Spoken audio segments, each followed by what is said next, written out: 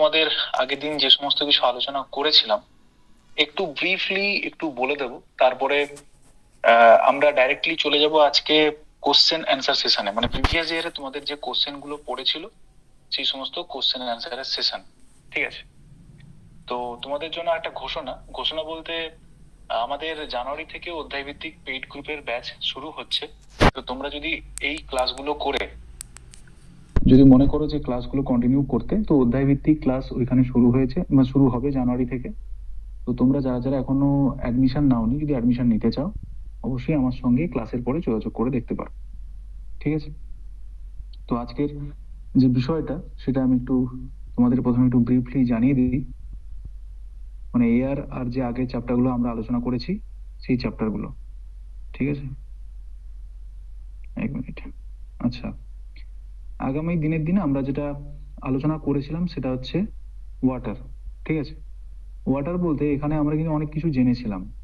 Water কি, ওয়াটারের কি হয় না, আমরা সূর্যরশ্মি পড়ে, এবার সূর্যরশ্মি পড়ার পরে আমাদের ভূমিভাগের উপরে যখন সূর্যরশ্মিটা পড়ছে বা সমুদ্র ভাগের উপরে, সেখান থেকে এভাপোরেশন হচ্ছে এবং গাছ থেকে অনেক সময় ওই জলীয় যে জলটা গাছ শিকড় থেকে শোষণ করছে, সে তার পাতার মাধ্যমে সে জলটাকে বাষ্পীভূত করে, তাকে আমরা এভাপো ট্রান্সপিরেশন বলি বলে তোমাদের বলেছিলাম। তো সেই এভাপোরেশন হোক বা এভাপো ট্রান্সপিরেশনের মাধ্যমে জলটা কি হয়, গ্যাসাস ফর্মে পরিণত হয়। কেন হয় না, টেম্পারেচারের কারণে। এবারে ওই গ্যাসটা উঠতে উঠতে উঠতে উঠতে আমরা জানি হাইট বৃদ্ধি হওয়ার সঙ্গে সঙ্গে টেম্পারেচারটা কমে যায়। তো ওই জলীয় বাষ্পগুলো ঠিক যেইখানে তোমার ঠান্ডা বাতাস আছে বা ঠান্ডা লেয়ারটা রয়েছে, যেখানে গিয়ে ওই জলটা পুনরায় কি হয় না, একটা ঘনীভবন হওয়ার চেষ্টা করে, যে ঘনীভবনটাকে আমরা বলি কনডেনসেশন। ঠিক আছে, এবার ওই কনডেনসেশন থেকে কি হয়, যখন জলটা প্রথমে আমরা দেখলাম জল ছিল, সেখান থেকে জলীয় বাষ্প হলো, সেখান থেকে ঘনীভবনে সেখানে জলীয় বাষ্পগুলো একত্রিত হলো। এবার ওই ঘনীভবনের পরে সেই জলটা আবার কি হলো, যখন অতিরিক্ত ভারী হয়ে গেল তখন হচ্ছে সেই জলটা আবার অঝরে ঝরে পড়লো। এখন তো শীতকাল, যদি এই উদাহরণটা আমি একটু সিম্পলি ভাবে তোমাদের বলি, যে আমাদের এই যে শীতকালে আমরা দেখতে পাই আমাদের যে নারকেল তেল আছে, নারকেল তেলটা ঠিক দেখবে ঠান্ডা পড়লে জমে যায়। ঠিক আছে, জলও সেরকমই, উপরের লেয়ারে যেখানে ঠান্ডা হয় সেখানে গিয়েও জলটা আস্তে আস্তে সমস্ত যে জলীয় বাষ্পগুলো আছে সেগুলো ঘনীভবন হয়। তাহলে বৃষ্টিপাতটা কেন হয় না, বৃষ্টিপাতটা তখনই হবে ওই মেঘটা যেটা হালকা, তো ওই জন্য তো উপরে ভেসে বেড়াচ্ছে। এবারে ওই মেঘটাতে যখন হচ্ছে তোমার কি হয়ে যাবে, ওই মেঘে যখন আমরা দেখবো যে জল ধারণ ক্ষমতা আর তার নেই, সে আর জিনিসটাকে স্টোর করে রাখতে পারছে না, তখন সেটা বৃষ্টিপাত হিসাবে আমাদের ভূপৃষ্ঠের উপরে ঝরে পড়ে। সেটা বেশিরভাগ বৃষ্টিপাত সমুদ্রেও হতে পারে এবং স্থলভাগেও হতে পারে। তো এই যে প্রসেসটা যেটা চলছে, এটা কিন্তু একটা সাইক্লিক ওয়েতে কিন্তু চলছে। দেখো, একটা সাইক্লিক ওয়েতে এই যে প্রসেসটা যেটা চলছে, এটা কিন্তু একটা সাইক্লিক ওয়েতে চলছে। সে এভাপোরেশন হলো, এভাপোরেশনের পরে এখানে কন্ডেনসেশন হলো, আবার বৃষ্টি হচ্ছে, তারপর বৃষ্টি হচ্ছে। তো এখানে মূলত যেটা হচ্ছে, সেখানে কি হচ্ছে না, আমরা দেখবো আগের দিন এই বিষয়টা নিয়ে আমি আলোচনা করেছিলাম, আমি এত আর ডিটেলসে বলছি না। মোটামুটি এখানে জলের যে কি হচ্ছে, তার ফর্মের চেঞ্জ হচ্ছে, তো কন্টিনিউয়ালি চেঞ্জেস ইটস ফর্ম, এখানে কিন্তু স্পষ্ট লেখা আছে। ঠিক আছে, ফর্মের চেঞ্জ হচ্ছে। তো এই যে জিনিসটাকে আমরা তাকে বলি জলচক্র বাংলায়, আর না হলে তাকে আমরা বলি কি না জলচক্র, না হলে যেটাকে আমরা কি বলছি, যেটাকে আমরা ইংরেজিতে আমাদের টার্মোলজি গুলো জানতে হবে, ওয়াটার সাইকেল।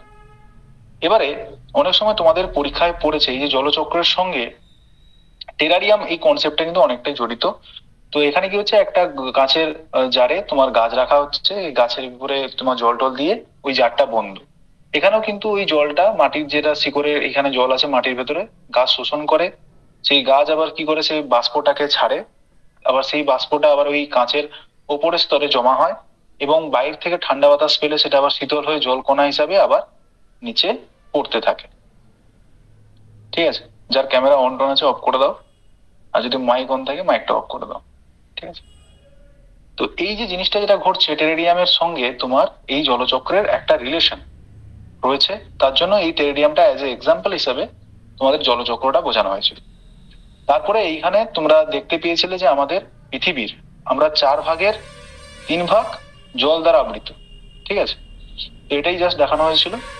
এবার যেখানে আমরা জলের ডিস্ট্রিবিউশন দেখেছিলাম, সলিনিটি দেখেছিলাম। সলিনিটি কি না, সলিনিটিতে আমরা দেখেছিলাম যে আমাদের 1000 গ্রাম জলে, ঠিক আছে, যে পরিমাণ লবণতার পরিমাণ আমরা অনুমান করি তখন তাকে আমরা সলিনিটি বলি।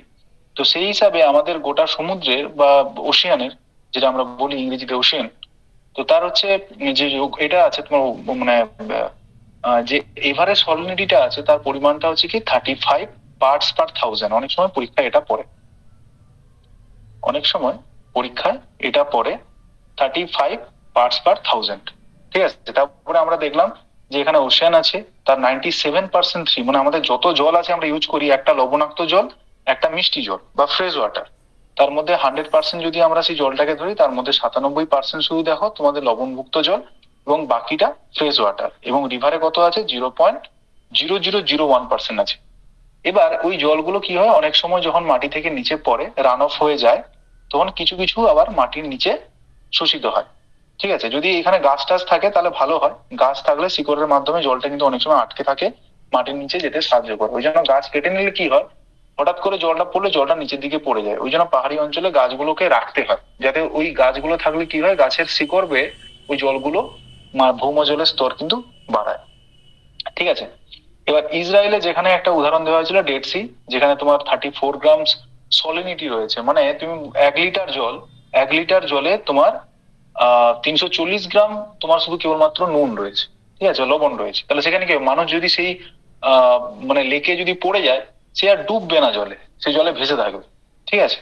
যেমন হচ্ছে একটা তুমি পরীক্ষা করার জন্য একটা হচ্ছে কাঁচের গ্লাসে সাধারণ জল নিলে, সেখানে একটা ডিম দিয়ে দিলে, ডিমটা দেখবে টুপ করে ডুবে গেল। যদি ডিমটা ডিফেক্টিভ থাকে তাহলে ভেসে যাবে, সেটা আলাদা ব্যাপার। আর যদি যদি ভালো ডিম হয় তাহলে এবার তুমি দেখবে আরেকটা কাঁচের গ্লাসে তুমি কি করবে, 2-4 চামচ জল নিয়ে ওটাকে গোলাবে, গোলানোর পরে ওই ডিমটাকে তুমি ছেড়ে দেবে, দেখবে ডিমটা ভেসে আছে। তার কারণটা কি না, ওই জলের সঙ্গে যখন আমি লবণটা মেশালাম, জলের ঘনত্বটা বেড়ে গেছে, ঠিক আছে, ডিম তার থেকে আরো হালকা, ওই জন্য সেটা ভেসে আছে। এই জিনিসগুলো হয়, ঠিক আছে। এটা নিয়ে আলোচনা করেছিলাম। তারপরে আমরা আলোচনা করেছিলাম যে টাইড কি, টাইড বা তারপরে ওয়েভ। ওয়েভ হচ্ছে কি সমুদ্রতে যেটা আমরা যখন সমুদ্রের বিচে যাই, মানে আমরা যখন সি বিচে যাই, আমরা ঘুরতে টুরতে, আমরা দেখবো যে কিছু কিছু সময় কিছু সমুদ্রের ঢেউ এসে আছড়ে পড়ছে আবার ফিরে যাচ্ছে।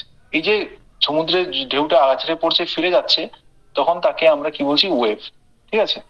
আর এটা মাথায় রাখতে হবে, 22 মার্চ আমাদের কি বলা হয়, ওয়াটার ডে, ঠিক আছে।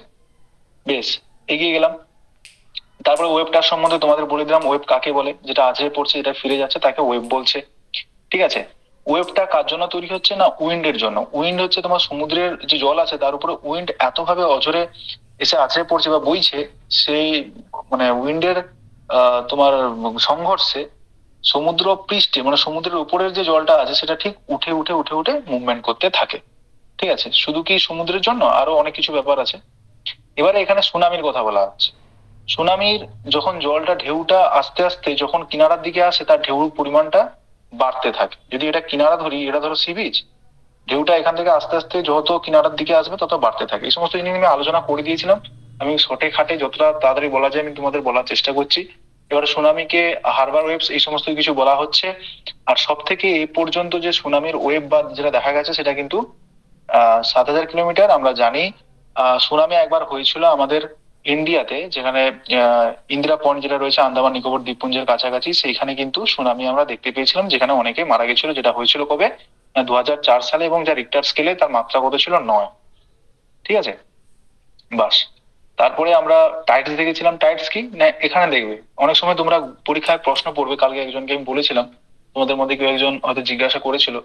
তো সেই জায়গায় ওয়েব কি বলছি, ওয়েবটা যেটা সামনে গিয়ে পড়ছে rise and fall, rise and fall কথাটা থাকবে, তাহলে আমি সেটা বুঝে নেবো দিস ইজ ওয়েভ। এবার টাইড যখন বলবে, টাইড মানে কি জোয়ার ভাটা, যেটাকে আমরা বলছি জোয়ার ভাটাকে আমরা টাইড বলছি। সেখানে জলের কোন কথাটা থাকবে না, সেখানে বলবে যে rhythmic rise, rhythmic rise and fall, এই জিনিসটা থাকবে। Rhythmic rise and fall of the ocean water, এই কথাটা যখন থাকবে আমি চোখ বন্ধ করে এটাকে বুঝে নেবো দিস ইজ টাইড, আর অন্য যেন কোনো কথা আমাদের মাথায় না আসে। বেশ, তারপরে আমরা টাইড দেখেছিলাম একটা স্প্রিং টাইড। যখন তোমার সূর্য চন্দ্র একই সরল রেখায় থাকবে তখন তাকে আমরা বলছি স্প্রিং টাইড। যখন হচ্ছে কোনাকুনি অবস্থান করবে, যেখানে কি হবে, দুজন দুদিক থেকে টানার জন্য তোমার হচ্ছে পৃথিবীর মধ্যে মানে এতটা বেশি, মানে যেটা মুখ্য জোয়ারের সময় যে আমরা জোয়ারটা দেখি, চাঁদ সূর্য একসাথে মিলে যে টানটা সৃষ্টি করছে, সেটা আমরা নেপটাইড যেহেতু সমকোণী ভাবে অবস্থান করছে, এখান থেকে টানছে এখান থেকে টানছে, তো এত বেশি জোয়ারের সৃষ্টি হয় না, যেটাকে আমরা নেপটাইড বলি। ঠিক আছে, তারপরে আমরা চলে গেছিলাম ওশিয়ান কারেন্ট। ওশিয়ান কারেন্টটা কি আমি ছবি দেখে বুঝিয়ে দিচ্ছি। ধরো এই যে আমাদের গোটা বিশ্বতে আমরা জানি এটা তো পৃথিবীকে একটা মানে প্রজেকশনের ভিত্তিতে ভাগ করা হয়েছে। তো আমরা জানি এটা হচ্ছে কত 90 ডিগ্রি, মানে পৃথিবী যদি আমি গোল ধরি তাহলে এই মাথার দিকটা 90 ডিগ্রি, মাঝখানে 0 ডিগ্রি আছে, নিচে 90 ডিগ্রি আছে। এটা উত্তর, এটা দক্ষিণ, এটা পূর্ব, আর এটা হচ্ছে কি পশ্চিম। ঠিক আছে, তো আমরা জানি যে পৃথিবী যেহেতু আবর্তন করছে এবং বায়ুর যে প্রেসার নিয়ে যখন আমরা আলোচনা করেছিলাম আগের যে চ্যাপ্টারটা, যেখানে তোমরা জানবে যে এয়ারের আমি 1 নম্বর 2 নম্বর ক্লাসগুলো আমি করেছিলাম, সেগুলো তোমরা ভালো করে দেখবে যাতে এই কনসেপ্ট গুলো যাতে বুঝতে পারো। তো এখানে কি হয় না, তোমার এই উচ্চচাপ নিম্নচাপের কারণে যেখানে কোথাও ঠান্ডা, মানে এখানে যেমন নিরক্ষরেখার উপরে সূর্য লম্বভাবে কিরণ দেয়, বায়ু সবসময় উষ্ণ বা এখানে টেম্পারেচার সবসময় বেশি থাকে। তো তো সেই হিসাবে বাতাসগুলো কি হয় না, একটা মুভমেন্ট হয়, যে উত্তর গোলার্ধে ডাঙা পড়তে, দক্ষিণ গোলার্ধে বামা পড়তে, এই সমস্ত জিনিসগুলো হয়। ঠিক আছে, এই যে কিছু কিছু উইন্ড আছে পার্মানেন্ট উইন্ড হয়, মানে যেগুলো সবসময় হচ্ছে পৃথিবীর একটা নির্দিষ্ট দিক বরাবর বহমান অবস্থায় আছে। বা আমাদের মৌসুমী বায়ুটা যেটা আছে সেটা হচ্ছে মানে সেটা রিজনাল উইন্ড, মানে যেটা হচ্ছে কিছু সময়ের জন্য আছে, বা সিজনাল উইন্ড হিসেবে আমরা বলছি। তারপরটা যেটা আছে সেটা হয়তো মানে একদিনের সাপেক্ষে বা দুদিনের সাপেক্ষে যে জিনিসগুলো হচ্ছে, সেই উইন্ডে সেইভাবে আমরা ভাগগুলো বলেছিলাম। এবার এইখানে কি হচ্ছে না, কারেন্ট তাহলে কি বলছি না, কারেন্ট হচ্ছে সেইটা যে ধরো সমুদ্রের উপরেও তো যেমন স্থলভাগের উপরে সূর্যের তাপমাত্রা পড়ছে, সেইভাবে জলভাগের উপরেও তো টেম্পারেচার পড়ছে। তো আমরা জানি নিরক্ষরেখার উপরে হচ্ছে সূর্য কি না লম্বভাবে কিরণ দিচ্ছে, তাহলে ওই যে নিরক্ষরেখার উপরে আশেপাশে যে জলগুলো থাকবে তাহলে সে কি হবে, গরম হবে। আবার ঠিক উপরের দিকে জলগুলো কি হবে, ঠান্ডা হবে। ঠিক আছে, কারণ এখানে সূর্যরশ্মি পড়ছে না। তখন কি করবে, যেমন বায়ুতে গরম জল যখন হচ্ছে তোমার বায়ুতে কি হয়, যখন কোনো একটা জায়গায় বায়ু উষ্ণ হয়ে উপরে উঠে যায়, সেখানে যখন গ্যাপ তৈরি হয়, ঠান্ডা বাতাস ছুটে আসে। ঠান্ডা বাতাস কোথা থেকে ছুটে আসবে না, হাই প্রেসার জোন থেকে। হাই প্রেসার মানে যেখানটায় ঠান্ডা বাতাসটা সবসময় কি থাকবে, ঠান্ডা থাকবে। আর হাই প্রেসার থেকে কোন প্রেসারের দিকে যাবে না, লো প্রেসারের দিকে বাতাস ছুটে যায়। ঠিক আছে, যেখানে কি হয় না, যেখানে বাতাসগুলো হট থাকে, মানে বাতাসগুলো গরম হয় এবং গরম হওয়ার কারণে বাতাসগুলো হালকা হয়ে যায়, হালকা হয়ে উপরের দিকে উপরের দিকে উঠতে থাকে। ঠিক আছে, এবার সেইভাবে আমাদের এই যে জলে যখন নিরক্ষরেখা অঞ্চলের দিকে যখন হচ্ছে তোমার টেম্পারেচারটা বেশি পড়ছে, দেখো এখানে যেখানে লাল লাল গুলো দেখানো হচ্ছে, সেই লাল লাল গুলো দেখে আমরা বুঝতে পারছি এগুলো সব হচ্ছে হট হট ওয়াটার স্ট্রিম।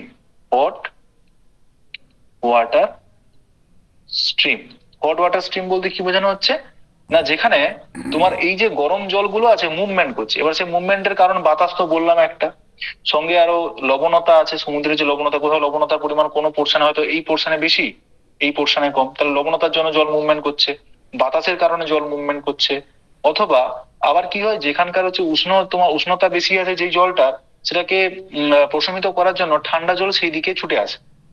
তো এই কারণে গোটা সমুদ্রের মধ্যে কিছু কিছু ওই সমুদ্রের নিচের মধ্যে আমরা যেরকম নদী নদী আমরা হচ্ছে জল মানে কোনো একটা স্থলভাগের উপর দিয়ে যেমন আমরা নদী বইতে দেখি, সেরকমই সমুদ্রের ভেতরে কিন্তু অনেকগুলো নদী কিন্তু বয়ে চলেছে।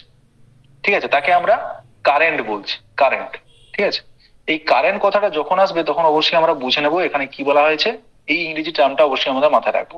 যে কারেন্ট কি না, stream of water flowing the constantly, constantly মানে সবসময়, অন দা ওশিয়ান সারফেস। এটা কিন্তু সারফেসের উপর দিয়ে, মানে এই যে সমুদ্রে যদি জলরশ্মিকে যদি আমরা মানে মানে মানে সোজাসুজি ভার্টিক্যালি যদি আমরা মানে কেটে দেখি, তাহলে ওই ওপরের যে অঞ্চলটা আছে, ওপরের অঞ্চল দিয়ে এই জলগুলো মুভমেন্ট করে, ওই জন্য বলা হচ্ছে সারফেস ওয়াটার। ঠিক আছে, তো এগুলো কি করছে না, এগুলো মুভমেন্ট করছে। তো এগুলো আমরা কিন্তু আগের দিন আমরা পড়েছিলাম ওয়াটার চ্যাপ্টারে। ঠিক আছে, তো এটা আমরা ওয়াটার চ্যাপ্টারে পড়েছিলাম। তারপরে আমরা পড়েছিলাম, দাঁড়াও সেটা আমাকে একটু দেখাতে হবে, 1 মিনিট স্ক্রিনটা অফ করছি। যেটা এয়ারটা নিয়ে আমরা আলোচনা করেছিলাম। ওকে,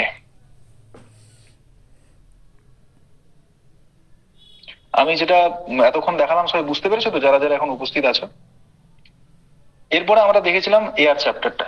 এয়ার চ্যাপ্টারে আমরা প্রথম পড়েছিলাম যে এয়ার কাকে বলে, যে কতগুলো গ্যাসের সমষ্টি। তারপরে আমরা এয়ার প্রেসার নিয়ে আলোচনা করেছিলাম, যেখানে আমরা বলছি আমাদের বাতাস সব দিক থেকে চাপ দিচ্ছে, কিন্তু পাহাড়ি অঞ্চলে যখন আমরা উঠবো বা আমরা চাঁদে যখন যাব, তখন কিন্তু এয়ার প্রেসার থাকে না। সেই কারণে আমাদের শরীরে মানে ব্লাড ভেসেলস, মানে আমাদের শিরার ভেতরে যে রক্তগুলো আছে সেগুলো কিন্তু ফেটে বেরিয়ে আসতে চায়।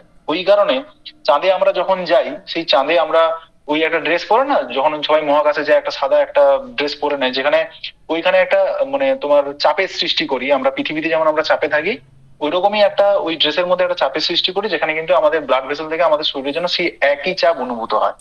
ঠিক আছে, ওই একবার যদি মাথার খোলসটা বা ওই যদি অ্যাপ্রনটা যেটা স্যার পড়ে যায় সেটা যদি খুলে দেয়, তাহলে কি হবে না পুরোটাই সে ব্লাস্ট হয়ে যেতে পারে।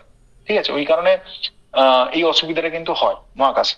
তো আমাদের এই কারণে বলছি যে আমাদের চারিদিকে বায়ুর প্রেসার থাকে। এবার এই প্রেসারটা দু ধরনের হয়, একটা হাই প্রেসার এবং একটা লো প্রেসার। যেটা বললাম হাই প্রেসার যেখানে তৈরি হবে সেখানে বাতাসটা ঠান্ডা হবে। ঠান্ডা বাতাসটাকেই সবসময় হাই প্রেসার ডিনোট করে। যেখানে তোমার সূর্যরশ্মি ভালোভাবে কিরণ দেয় না, হয়তো তির্যকভাবে কিরণ দিচ্ছে বা কোনো কারণে ওই জায়গাটা ঠান্ডা, তাহলে ওইখানকার যে বাতাসটা থাকবে সেই বাতাসটা বা বায়ুপুঞ্জ যেটা থাকবে সেটা ঠান্ডা প্রকৃতির হবে। এবার যেখানে সূর্যরশ্মি প্রখর মানে ক্রান্তীয় অঞ্চল বা ট্রপিক্যাল অঞ্চলে, সেইখানে কি হবে না বাতাসটা খুব তীব্র, মানে তোমার ওইখানে যে বাতাসটা থাকবে সেই বাতাসটা উষ্ণ হবে। উষ্ণ মানে হট হবে। ঠিক আছে, তো সেই হট হওয়ার কারণে এবার ঠান্ডা যে বাতাসটা আছে মানে হাই প্রেসার জোন থেকে, যেখানে উষ্ণপূর্ণ বাতাস বা হচ্ছে ওয়ার্ম তোমার যে এয়ার মাসেস আছে, সেখানে কিন্তু তোমার কোল্ড এয়ার মাসেস ছুটে আসে। ঠিক আছে, এবার ছুটে আসার পরে ওখানে অনেক সময় ঘূর্ণিঝড়ের সৃষ্টি হয়, বৃষ্টিপাত হয়। ঠিক আছে, এগুলো হয় আমরা কিন্তু জানি। তো এই সমস্ত বিষয় নিয়ে আমরা কিন্তু আলোচনা করেছিলাম আগের দিন। আর এই জিনিসটা আমি তোমাদের বুঝিয়েছিলাম ক্লাসগুলো, তোমরা আগের ওই ইউটিউবের ক্লাসগুলো দেখবে, সেখানে আমি এগুলো সব ভালো করে বুঝিয়েছিলাম যে এগুলো বাতাস, কিছু কিছু বাতাস আছে যেটা হচ্ছে পার্মানেন্ট বাতাস বা কিছু ময়েশ্চারের কথা আলোচনা করেছিলাম। এবং এই ছবি দেখিয়েছিলাম সাইক্লোনিক রেনফলটা দেখেছো, যেইখানে বায়ু উষ্ণ হচ্ছে ওইখানে বায়ু আবার বৃষ্টি, মানে ওইখানে আবার মেঘ হচ্ছে ওইখানে বৃষ্টিপাত ঘটাচ্ছে, যেটাকে আমরা সাইক্লোনিক রেনফল বলছি। একটা হচ্ছে অরোগ্রাফিক রেনফল, হচ্ছে কি না যেটা হচ্ছে আহ এই ছবি থেকে কিন্তু প্রশ্ন আসে, অবশ্যই মাথায় রাখবে। এই ছবি থেকে আমি যে ছবিগুলো দেখাচ্ছি এমনি এমনি দেখাচ্ছি না, এই ছবিগুলো থেকে প্রশ্ন এসেছে এবং সেগুলো দেখতে পাবে। ময়েশ্চারটা দেখো উপরে উঠছে, এবার পাহাড়ের গা বেয়ে হচ্ছে তোমার হচ্ছে বাতাসটা উপরের দিকে উঠছে, মেঘ ঘুরছে, এবার ওইখানে বৃষ্টিপাত ঘটাচ্ছে। আর অন্যদিকে দেখো মানে ঠিক পাহাড়ের অপোজিট সাইডে বৃষ্টিপাত হচ্ছে না। তাহলে এই যে রেনফলটাকে আমরা বলছি অরোগ্রাফিক রেনফল। এরপরে যেটা আছে ভার্টিক্যাল, এই যে কনভেনশনাল রেনফল। ঠিক আছে, এই যে তিনটে রেনফলের ব্যাপার যেটা রয়েছে, সরি সাইক্লোনিক রেনফলটা, এটা প্রথমটা সাইক্লোনিক রেনফল, যেখানে হচ্ছে কি হয় সাইক্লোনের ফলে ওই বৃষ্টিপাতটা ঘটে, যেখানে কোল্ড এয়ার বা ওয়ার্ম এয়ারের মধ্যে একটা দেখো দুটো ওয়ার্ম ওয়াটারটা উপরের দিকে উঠে যাচ্ছে। দাঁড়াও দেখাচ্ছি। প্রথম যেটা রয়েছে সেটা সাইক্লোনিক রেনফল, মানে এই যে আমাদের সাইক্লোন হয়, ওই সাইক্লোনের এই যে আমরা যে গোল বৃত্তটা আছি সেই বৃত্তর সাইড বরাবর কিন্তু বৃষ্টিপাত হয়, মাঝের জায়গাটা কিন্তু ফাঁকা থাকে, যেটাকে আমরা ঘূর্ণবাতের চক্ষু বলি।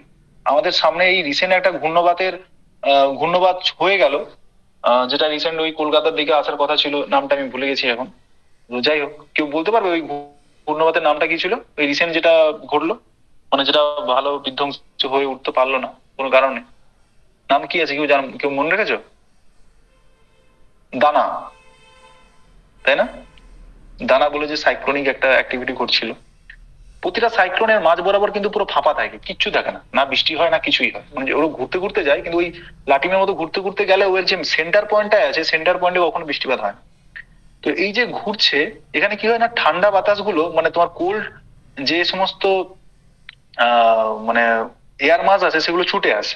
ছুটে আসার পরে সেগুলো যেহেতু অনেক গতিবেগ নিয়ে ছুটে আসে, মাথাটা সবসময় ওই যেখানে হচ্ছে বাতাসটা শূন্য আছে, মানে বায়ু শূন্য হয়ে পড়েছে, বাতাসটা উষ্ণ হয়ে উপরের দিকে উঠছে, তো সেখানে ছুটে এসে ওই জায়গাটা পূরণ করার চেষ্টা করে। কিন্তু ওই ল্যাজটা কি করে না একটু বেঁকে যায়, এই বাঁকার ফলে ওইখানে কি হয় ঘূর্ণিঝড়ের সৃষ্টি হয়।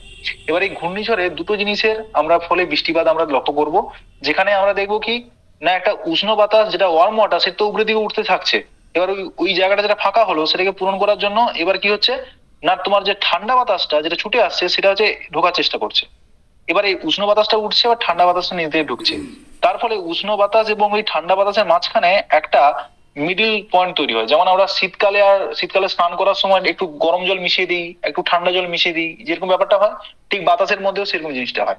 এবার সেই জিনিসটা একটা বৃষ্টি মানে একটা মেঘ তৈরি করে। ঠিক আছে, ওখানে তো যেহেতু হচ্ছে বাতাস ছুটে আসছে তার সঙ্গে অবশ্যই ময়েশ্চার থাকবে, মানে জলীয় বাষ্প থাকবে। এবার সেখান থেকে কি হয় না বৃষ্টিপাত হয়। এই ধরনের বৃষ্টিপাতে আমরা দেখতে পাবো যে কোল্ড এয়ার বা ওয়ার্ম এয়ার বলে যে কনসেপ্টটা আমরা দেখতে পাচ্ছি, একটা কোল্ড ওয়ার যেটা নিচের দিকে যাচ্ছে, ওয়ার্ম এয়ার যেটা উপরের দিকে উঠছে। এবার এখানে বৃষ্টিপাত যেটা ঘটছে সেটা হচ্ছে কিন্তু সাইক্লোনিক রেনফল হিসেবে আমরা বলছি।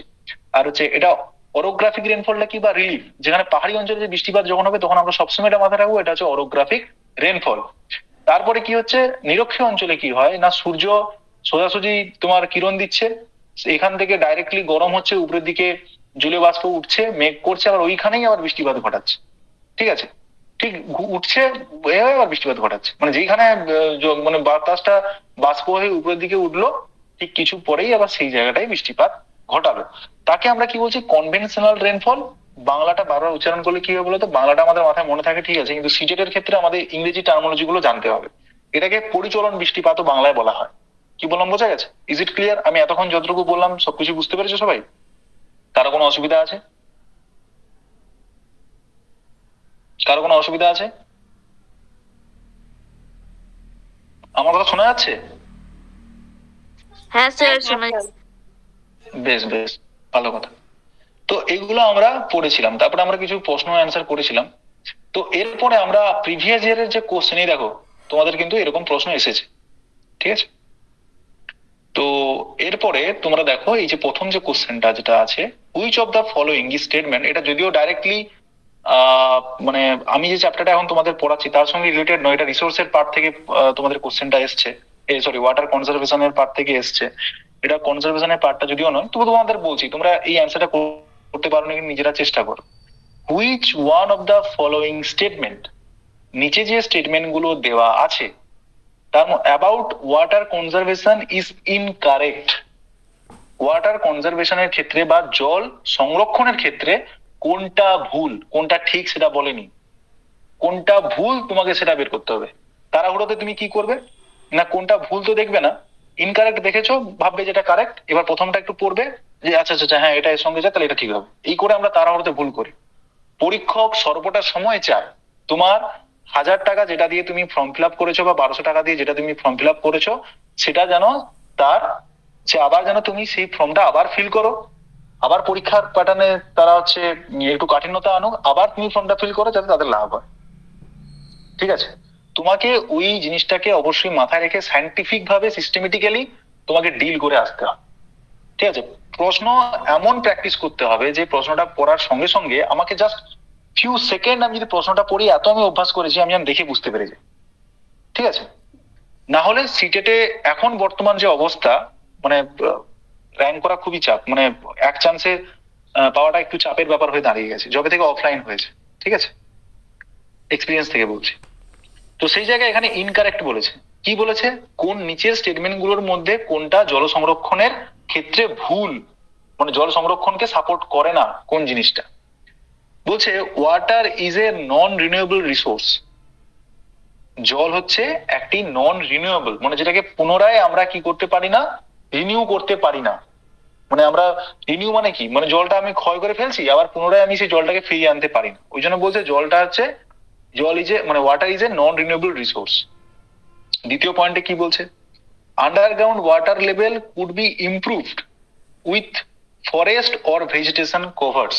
বলছে আমরা নিচের যে জলস্তরটা যেটা রয়েছে, মানে মাটির জলস্তর আমরা বাড়াতে পারি যখন আমরা কি করব, ধরো এই যে একটা ঢাল আছে এখানে আমি কি করলাম একটা গাছ লাগাবো, জলটা যেভাবে ফ্লো করতো খালিতে, মানে খালি যদি এখানে যদি গাছটা না থাকতো, যদি গাছের শিকড়টা আছে সে কি করবে, একটু জল হচ্ছে নিজের গোড়ায় রাখবে, এবার সে জলটা কি করবে নিচের দিকে একটু পাঠানোর চেষ্টাও করবে, তাহলে এই কথাটা সে বলেছে।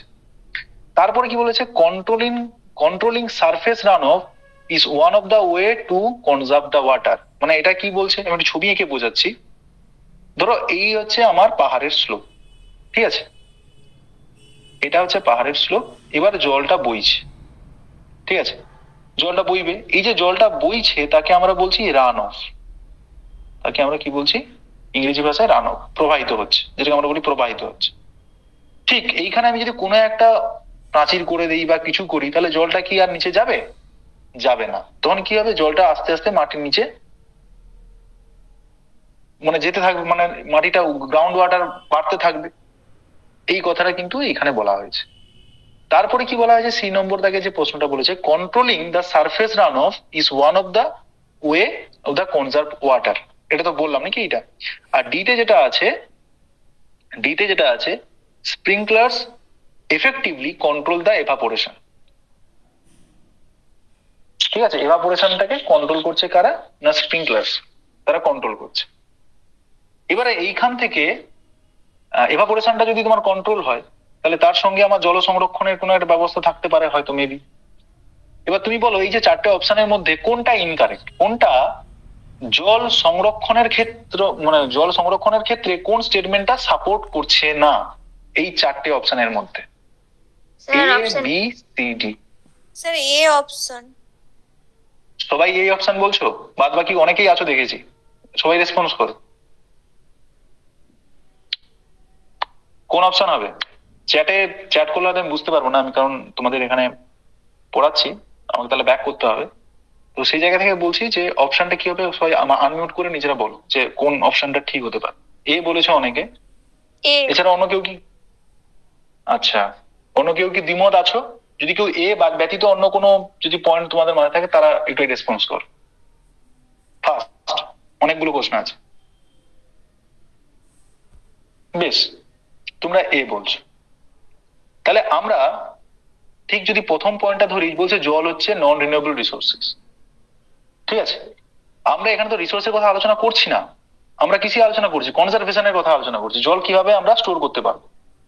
তাহলে প্রথম যে পয়েন্টটা আছে যে জলটা বয়ে চলছে, সেখানে যদি আমি গাছ লাগিয়ে দিই তাহলে জলটা অবশ্যই শোষিত হবে, তাহলে এটা তো তোমার জল সংরক্ষণকে সাপোর্ট করছে।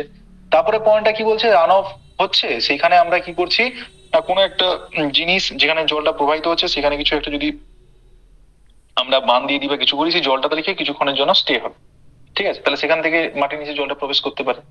আর 3 নম্বর কি বলছে? স্প্রিংকলার্স দিয়ে তোমার যে এভাপোরেশন যেটা হচ্ছে, এভাপোরেশনটাকে আমরা আটকে দিলাম। যদি এভাপোরেশন যদি না হয়, তাহলে জলটা কি করে হচ্ছে তোমার উপরের দিকে উঠে জলীয় বাষ্প হিসাবে তোমার এই চলে যাবে।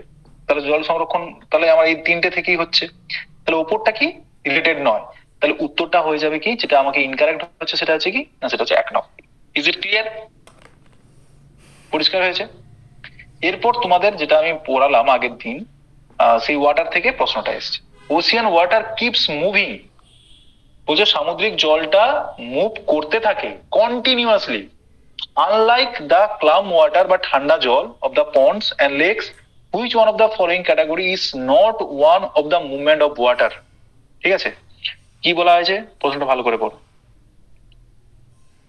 ওশিয়ান ওয়াটার কিপ মুভিং, বলছে সামুদ্রিক জলটা হচ্ছে কি মুভ করতে পারে continuously, unlike the calm water of ponds and lakes, মানে কিন্তু পুকুরের জল এবং লেকের জল কিন্তু কি করে না, মানে তোমার মুভ করতে পারে না। ঠিক আছে, which of the following category is not one of the movement of water. ঠিক আছে, কোনটা আছে ওয়াটার মুভমেন্টকে সাপোর্ট করছে না, এই নিচের যে তোমার অপশন গুলো রয়েছে তার মধ্যে কোনটা বল? একটা আছে ওয়েট, স্যার সি। আচ্ছা, আর বি, সি, আর এছাড়া অন্য কেউ? বলো। সি হবে, সি। সি হবে, বেশ। তাহলে বি কে কে বলেছিলে? স্যার আমার বি মনে হচ্ছে। নাম কি তোমার? আমি দেখতে পাচ্ছি না তাই জিজ্ঞেস করছি। আচ্ছা, পায়েল বলছে বি। আচ্ছা, আমি এবার তোমাকে বোঝাচ্ছি, সবাই বোঝো এবারে, যে যেটা বলেছো বা যে বোঝো এই ব্যাপারটা। এখানে বলা হয়েছে সমুদ্রের জল হচ্ছে মুভমেন্ট, মানে মুভ করে, এক জায়গা থেকে অন্য জায়গায় যায়। আমরা জানি যখন হচ্ছে যখন সমুদ্রের জলটা আমরা যখন নদী, মানে ওই সমুদ্রের তীরবর্তী অঞ্চলে যখন দাঁড়াই, আমরা দেখি কিছু জল উপরে উঠে এসে পড়ছে, আবার ঠিক ফিরে যাচ্ছে। তাহলে জলটা এখানে মুভমেন্ট করছে ইয়েসিয়ানো, উত্তর হবে ইয়েস। ঠিক কিনা? ঠিক তারপরে আবার যখন আমরা মানে টাইডস পড়ছি, টাইডসেও কি হচ্ছে না, জলটা জোয়ারের সময় উঠে আসে বেশি, মানে উপরে উঠে, আবার ভাটার সময় আবার ফিরে যায়। মানে এই পৃথিবী যদি ধরি, এখানে জোয়ারের এই জায়গায় যদি জোয়ার হয়, ঠিক অন্য জায়গায় তোমার ভাটা হচ্ছে, আবার ঠিক কিছু কিছু সময় আবার এই জোয়ারটা হয়তো এদিকে বেশি হচ্ছে, আবার কখন এদিকে বেশি হচ্ছে, তাহলে মুভমেন্ট হচ্ছে জলের, এখানে কিন্তু মুভমেন্ট হচ্ছে। ঠিক আছে, আর এরপরে কি আছে কারেন্ট। কারেন্ট কি না, যেখানে আমরা দেখতে পাচ্ছি যে আমি একটু আগে যে ম্যাপটা দেখালাম, সেখানে কি দেখছি না, যে এখানে কোল্ড ওয়াটার আছে, কোল্ড ওয়াটারটা অবশ্যই হট ওয়াটারের দিকে মুভমেন্ট করে। ঠিক আছে, আবার কিছু লবণতার কারণে হোক বা তার ডেনসিটির পার্থক্যের জন্য সেটাও কিন্তু জলটা মুভমেন্ট করছে। তো এইখানে বলা হয়েছে, প্রশ্নটা আমাকে ভালো করে পড়তে হবে কি বলা হয়েছে যে জিনিসটা। এখানে ওশিয়ানের কথা বলা হয়েছে, মানে সমুদ্রের কথা বলা হয়েছে, এবং পন্ড এবং লেকের কথা বলা হয়েছে। বলা হয়েছে category is not one of the movement of water. Movement of water কে বোঝায় না কোনটা? এখানে আমরা যখন প্রথম ওয়াটার সাইকেল পড়েছিলাম, ওয়াটার সাইকেলে আমরা কি পড়েছিলাম পায়েল বলো তো? ওয়াটার সাইকেলে কেন এই ওয়াটার সাইকেলটাকে তুমি ডিমার্কেটেড করেছিলে?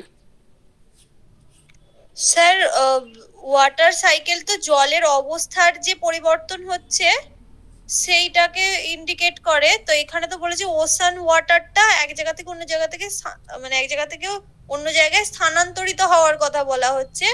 আর এখানে বলা হচ্ছে যে পন্ড আর লেকেরটা হবে না, মানে পন্ড আর লেক থেকে আর কি জল স্থানান্তরিত হবে না, কিন্তু এখানে যে মানে ঠান্ডা ওয়াটার থাকে, মানে সাইকেল জলটা শান্ত থাকে, কিন্তু ওই শান্ত সমুদ্রের থাকে। জলটা মুভমেন্ট করে। হ্যাঁ, কিন্তু ওয়াটার সাইকেলে তো মানে সব জায়গা থেকেই জল এভাপোরেট হয়। তো সেখানে এই অপশনটাই আমার মনে হচ্ছে যে ইনকার, মানে ঠিক। এখানে তো ঠিক হ্যাঁ হ্যাঁ, মানে এতগুলো অপশন গুলোর মধ্যে যেটা হচ্ছে not of the movement of water, যেখানে জলের মুভমেন্টের কথা বলা হচ্ছে না, সেটাকে তুমি বলছো ওয়াটার সাইকেল হবে। এবার আমি তোমাকে আরেকটু কিছু রিজন দিচ্ছি, দেখো তো এগুলো ঠিকঠাক কিনা। আমরা যখন ওয়াটার সাইকেল পড়েছিলাম, আমরা বলেছিলাম যে জলের যে তোমার ফর্মটা FORM, নট FROM।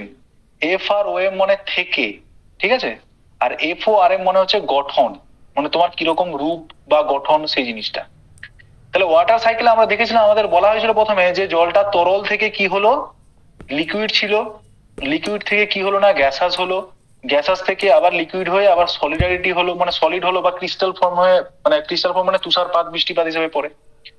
তাহলে ওইখানে কি জলের মুভমেন্ট বলে কোনো কথা আমরা পড়েছি?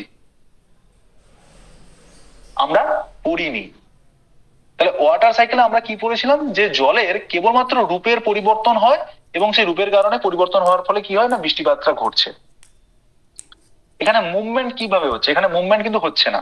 এখানে ওসিয়ান এবং তোমার কার কথা বলা হয়েছে, পন্ড আর লেকের কথা বলা হয়েছে। প্রশ্ন কি ট্রিকি দিয়েছে দেখো, প্রশ্নটা মানে ইজিলি দিতে পারতো, কিন্তু প্রশ্নটা এমন ট্রিকি দিয়েছে তোমাকে কিন্তু ভাবতে বাধ্য। তোমার 1 মিনিট এখানে চলে গেল। তাহলে এগুলো মোস্ট এবার তোমাকে কি করতে হবে, প্র্যাকটিসের মধ্যেও থাকতে হবে, যে তোমাকে ফ্র্যাকশন অফ সেকেন্ডের মধ্যে তোমাকে অ্যান্সারটা খুঁজে বার করতে হবে। তার জন্য কনসেপ্টটা একদম ক্লিয়ার থাকা দরকার, ঠিক আছে? এগুলো আরো তোমরা যখন ওই পেড গ্রুপে যখন তোমরা অ্যাড হবে, যখন আরো ভালো করে এগুলো ভালো করে পড়াবে, তোমরা দেখেই অ্যান্সার গুলো করে নিতে পারবে, অসুবিধা হবে না। তো সেই জায়গায় এইখানে কি হবে না, এই ওয়াটার সাইকেলটা হচ্ছে তার মেন কারণটা কি না, এখানে জলের রূপের পরিবর্তন ঘটছে, ঠিক আছে, কিন্তু মুভমেন্টের কথা কিন্তু এখানে বলা হচ্ছে না। যেহেতু এখানে ওশিয়ান এবং পন্ডের কথা বলা হয়েছে, বলছে ওশিয়ানে কি হয় না জলটা মুভমেন্ট করছে, কিন্তু পন্ডে কি হয় ঠান্ডা থাকে, মানে উপর পৃষ্ঠ মুভমেন্ট করে না, শান্ত শীতল থাকে, ঠিক আছে। তো এখানে মুভমেন্টটা সঙ্গে সাপোর্ট করে না এমন এই যে জিনিসগুলো আমি যেগুলো নিচে বর্ণনা করা আছে তার মধ্যে কোনটা, তখন উত্তরটা হয়ে যাবে কি আমার ওয়াটার সাইকেল। আমি কি বললাম এখানে আপাতত যারা আছো সবাই কি বুঝতে পেরেছো? যদি না বুঝতে পারো, না বুঝতেই পারো, কোনো অসুবিধা নেই, কারণ আমরা সবাই তো আর জিওগ্রাফি নিয়ে পড়ে উঠিনি, হয়তো ক্লাসটা হয়তো সবাই করিনি। তো সেই জায়গায় কারোর কি বুঝতে অসুবিধা হচ্ছে?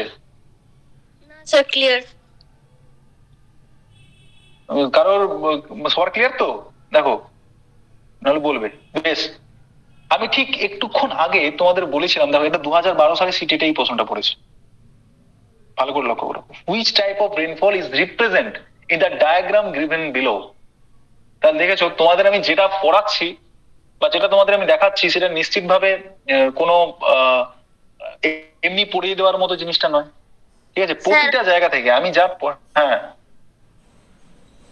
কিছু বলছো? অপশন সি হবে অ্যানসার। আচ্ছা, অপশন সি আগে সে বলে দিল, অপশন সি হবে। বেশ, আর কেউ কিছু দ্বিমতে আছো যে অপশন সি ব্যতীত অন্য কিছু? না স্যার, অপশন সি হবে এটা। সবাই একমত? হ্যাঁ দাদা। বেশ, তাহলে সেই জায়গা থেকে অপশন সিটাই হচ্ছে অ্যান্সার। তার কারণটা কি, আমরা ঠিক কিছুক্ষণ আগে ছবিটা দেখছিলাম, যেখানে দেখছিলাম পাহাড়ের গা বেয়ে ময়েশ্চার উপরের দিকে উঠছে, বৃষ্টিপাতটা হচ্ছে, এবং সেটাকে অরোগ্রাফিক রেনফল হিসেবে বলা হয়েছিল, ঠিক আছে। আর সাইক্লোনিক রেনফলটাও আমরা দেখেছিলাম, যেখানে কোল্ড এয়ার বা হট এয়ার থাকবে, সেটাও আছে, সেও কোশ্চেন আছে, সেটাও আমরা দেখবো।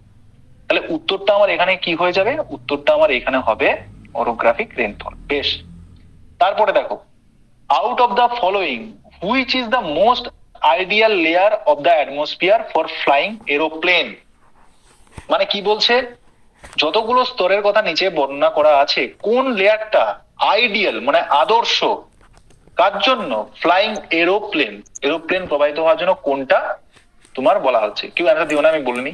4টে অপশন দেওয়া আছে, একটা এক্সোস্পিয়ার, একটা আয়নোস্পিয়ার, একটা টপোস্পিয়ার এবং একটা স্ট্র্যাটোস্পিয়ার। এবার তোমরা বলো, আমি যে ক্লাস যারা নিয়ে, আমি যখন আগে ক্লাসটা নিয়েছিলাম, তোমাদের এই অ্যান্সারটা করতে সুবিধা হচ্ছে ইয়েসিয়ানো। প্রথমে আমাকে এই উত্তরটা দেবে, আমি জানি উত্তরটা অনেকেই পারবে তোমরা। হ্যাঁ স্যার। এটা কি সুবিধা হচ্ছে তো, রিলিভেন্ট বলে মনে হচ্ছে? প্রশ্নগুলো আমি যা পড়িয়েছি তার মধ্যে কমন পাচ্ছ, যে প্রিভিয়াস ইয়ারের কোশ্চেন গুলো থেকে কমন পাচ্ছ কিনা, তোমরা একটু নিজে থেকে এটা বোঝার চেষ্টা করো, আর খুব ইজিলি পারবে। তো সেই জায়গা থেকে এবার তুমি বলো যে এখানে যে অপশনটা যেটা আছে, এই অপশনগুলোর মধ্যে কোনটা এরোপ্লেন মুভমেন্টের ক্ষেত্রে উপকারী, মানে সেটা সব থেকে আদর্শ, বলো এবার তোমরা বলো। ডি। বেশ, পায়েল বললে নাকি এটা? হ্যাঁ স্যার। নিকিতা আছে না, নিকিতা? হ্যাঁ স্যার ডি হবে। বেশ, ঋতু? Sir troposphere. বেশ, টপোস্ফিয়ার কে বললে, নামটা বলবে? স্যার অনন্যা। আচ্ছা, অনন্যা বললো টপোস্ফিয়ার। বেশ, অনন্যা আগের ক্লাসগুলো করেছিলে এয়ারের? আই থিঙ্ক করনি বলে মনে হয় না? না না, আমি করিনি আগেরগুলো। বেশ বেশ, ঠিক। আচ্ছা, টপোস্ফিয়ার উঠে এসছে। আর কেউ এদিকের মধ্যে কোনো কিছু বলতে চাইবে, এক্সোস্ফিয়ার আয়নোস্ফিয়ারের মধ্যে? বেশ, কারো কোনো উত্তর নেই। তাহলে তোমাদের মধ্যে দুটো পয়েন্ট নিয়ে ডিবেট হচ্ছে, একটা হচ্ছে টপোস্ফিয়ার, একটা হচ্ছে স্ট্র্যাটোস্ফিয়ার। এবার আমরা কতগুলো লেয়ার পড়েছিলাম, ঠিক আছে, আমি আজকের দিনে দেখাতে পারছি না আনফরচুনেটলি। তো সেখানে এই দেখো, সেইখানে আমরা আলোচনা করেছিলাম যে কতগুলো লেয়ার সম্বন্ধে, ঠিক আছে। প্রথমে থাকবে টপোস্ফিয়ার, তারপরে থাকবে স্ট্র্যাটোস্ফিয়ার, তারপরে কি থাকবে বলো একে একে? মেসোস্ফিয়ার, তারপরে আয়নোস্ফিয়ার, এবং তার ঠিক আগে এক্সোস্ফিয়ার, ঠিক আছে। এবারে এই টপোস্ফিয়ারে আমরা দেখবো সবসময় মেঘ হচ্ছে, বৃষ্টিপাত ঘটছে, সবসময় ঝড় ঝঞ্ঝা এই স্পিয়ারেই ঘটে, ঠিক আছে। তাহলে তুমি ধরো তুমি একটা প্লেন ওড়াচ্ছ এই টপোস্ফিয়ারে, ঠিক প্লেনটা ঠিক ল্যান্ড করবে, কোথাও দেখলে ঝড় বৃষ্টি হচ্ছে, মেঘের মধ্যে পড়ে, বজ্র বিদ্যুৎ চলবে, তাহলে আমার কি উচিত হবে এই লেয়ারের ভেতর দিয়ে নিয়ে যাওয়া, হ্যাঁ কি না বল? না না, অবশ্যই নিয়ে যাবো না। আমরা চাইবো সবসময় সেফটি, কারণ এতগুলো মানুষ, এতগুলো জীবনের ব্যাপার আছে, ঠিক আছে। তখন কি করবো, যেই লেয়ারটা ঝড় ঝঞ্ঝা হচ্ছে ঠিক তার লেয়ারটাকে উপরে উঠে আমরা পরের লেয়ারটা আমরা কি করতে চাইবো, যে কম হাইটে আমরা কিন্তু নিয়ে যেতে পারি, যেন পরের লেয়ারে আর ঝড় বৃষ্টি ঝঞ্ঝার কোনো সমস্যা থাকে না। ঝড় ঝঞ্ঝা বা ক্ষুব্ধ মন্ডল যেটা আমরা বলি বাংলায়, অনেক সময় তোমাদের বাংলায় বলছি, কারণ প্রাইমারি টেটেও তোমাদের যদি প্রাইমারি টেট হয় 2024, সেখানেও তোমরা কিন্তু হেল্প পেয়ে যাবে এই ক্লাসগুলো করে, ঠিক আছে। এখানে ঝড় ঝঞ্ঝা হয় সবসময় টপোস্ফিয়ার, ঠিক আছে। সাইক্লোনিক অ্যাক্টিভিটি বলো, কালবৈশাখী ঝড়, সমস্ত কিছু আমাদের এই টপোস্ফিয়ারের নিচে হয়। তাহলে উপরের স্তর ফাঁকা, তাহলে আমরা উপরের স্তর দিয়ে নিয়ে যাবো। তাহলে সেক্ষেত্রে এখানে যতগুলো স্পিয়ার আছে তার মধ্যে তাহলে আমরা এইখানে যে দ্বিতীয় ডি নম্বর যে পয়েন্টটা আছে স্ট্র্যাটোস্ফিয়ার, তাহলে এটা হয়ে গেল আমাদের রাইট অ্যান্সার। সবার ক্ষেত্রে বোঝা গেছে? সবাই বুঝতে পেরেছো না বুঝতে পারোনি? হ্যাঁ কি না বলো? হ্যাঁ স্যার। হ্যাঁ। বেশ বেশ। আচ্ছা, তারপরে 5 নম্বরে তোমার অপশনটা দেখো, দেখো এইখানে কিন্তু একটা ট্রিকি কোশ্চেন আছে। কি বলেছে, read some points about the Atlantic oceans, ঠিক আছে। আটলান্টিক ওশিয়ানস এর সম্বন্ধে তোমাদের কিছু জানতে এখানে বলা হয়েছে। এটা তোমাদের আমি যেটা পড়িয়েছি তার সঙ্গে রিলেটেড নয়, এটা আগে বলে দিই। অনেকগুলো কোশ্চেন আছে তো একটু, মানে যারা সেট আপ করেছে তারা একটু ভুলভাল করেছে। আচ্ছা ঠিক আছে, এটা আমরা অ্যাভয়েডই করি, ঠিক আছে। পরে যখন পড়াবো সেখান থেকে তোমাদের না হলে কোশ্চেনটা নেব। Basin of the world largest river basin, এটাও তোমাদের দরকার নেই। আসা হচ্ছে নাকি, কোথাও যাওয়া হয়েছিল? এই কার মাইক অন আছে? অনিমেষ নাকি? অনিমেষ, স্যার হ্যাঁ বলুন। মাইকটা অফ করো। স্যার বলছি, এটা কি পেপার 2 এর এসএসটি পেপারের question set? Yes yes yes, this is SST পেপারের question. This is not only SST, তোমাদের অনেক সময় ইভিএস এ যারা এখন কি ইভিএস অনেকে আছো নাকি এখানে? ইভিএস এর এটা ইভিএস এর কোশ্চেন নয়, এটা হচ্ছে তোমার এসএসটি এর কোশ্চেন, প্রিভিয়াস ইয়ারের কোশ্চেন। কিন্তু এই ক্লাসটা করলে তোমাদের ইভিএস এও অনেকটা হেল্প হবে, ঠিক আছে, কোনো চাপ নেই। তো এখানে বলছে shelter belt is a method of, oh sorry, এটাও তোমাদের কনজারভেশন থেকে দিয়েছে, ছেড়ে দাও। 8 নম্বর কোশ্চেনটা আমরা দেখবো। 8 নম্বর কোশ্চেনটা দেখো এবং এর অ্যান্সারটা করার চেষ্টা করো।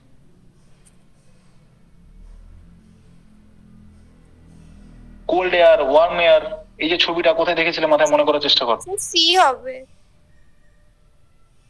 অপশন সি, সাইক্লোনিক রেনফল, তাই তো? হ্যাঁ স্যার। আচ্ছা বেশ, একটা অপশন এলো। অন্য কেউ অপশন বলতে চাইবে? অন্য কেউ নতুন কোনো অপশন বলতে চাইবে? বেশ, কারো কোনো অ্যান্সার নেই। অপশন সি, অপশন সিটা যে বলছো তাদেরকে আমি এবার দেখিয়ে দিই। এই দেখো, এইখানে যে আমরা ছবিটা দেখতে পাচ্ছি ঠিক তার সঙ্গে একটু সিমিলারিটি পাচ্ছ নাকি দেখো দেখি।